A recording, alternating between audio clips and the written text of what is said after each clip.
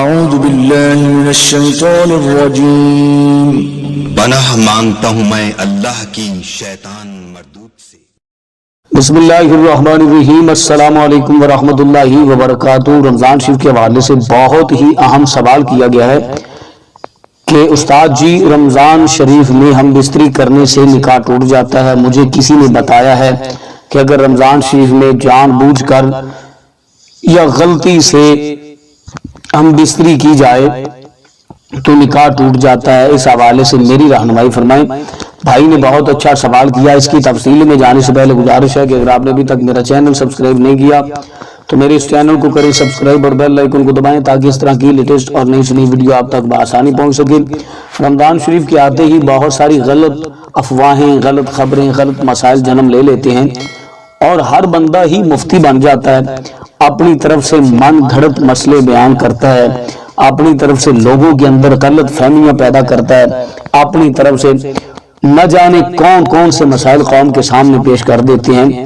خدا را ان چیزوں سے بچیں، اور میں ان لوگوں سے بھی گزارش کروں گا کہ اس طرح کی افواہیں، اس طرح کے مسائل اور اس طرح کی باتیں عوام الناس میں شیئر نہ کیا کریں، کیونکہ ہم بہت جلد کنفیوز ہو جاتے ہیں۔ دیکھیں کسی بھائی نے یہ سوال کیا ہے جی مجھے کسی نے بتایا، ظاہر اس کو کسی نے بتایا ہوگا کہ رمضان شریف میں بستری کرنے سے نکاح ٹوٹ جاتا ہے۔ بھائی یہ کہاں پہ لکھا ہوا ہے؟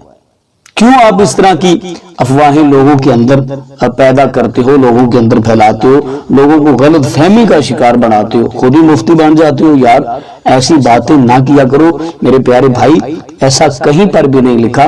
ہاں روزے کی حالت میں ہم بستری کرنے سے منع ضرور کیا گیا ہے، ہم بستری کرنا حرام ضرور ہے، لیکن نکاح کسی صورت میں بھی نہیں ٹوٹے گا۔ اگر روزے کی حالت میں بھی کسی نے ہم بستری کر لی تو اس کا کفارہ ہوگا، توبہ کرنی پڑے گی۔